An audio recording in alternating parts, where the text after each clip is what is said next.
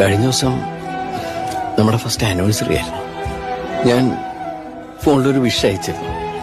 പക്ഷെ അതിന് പോലും നീ ഒന്ന് റെസ്പോണ്ട് ചെയ്യാൻ നീ ബിസിയല്ലേ? എനിക്ക് ഒരുപാട് ഇഷ്ടമാണ് നിന്നെ. പക്ഷെ ഇനി ഇങ്ങനെ മുന്നോട്ട് പോയാല്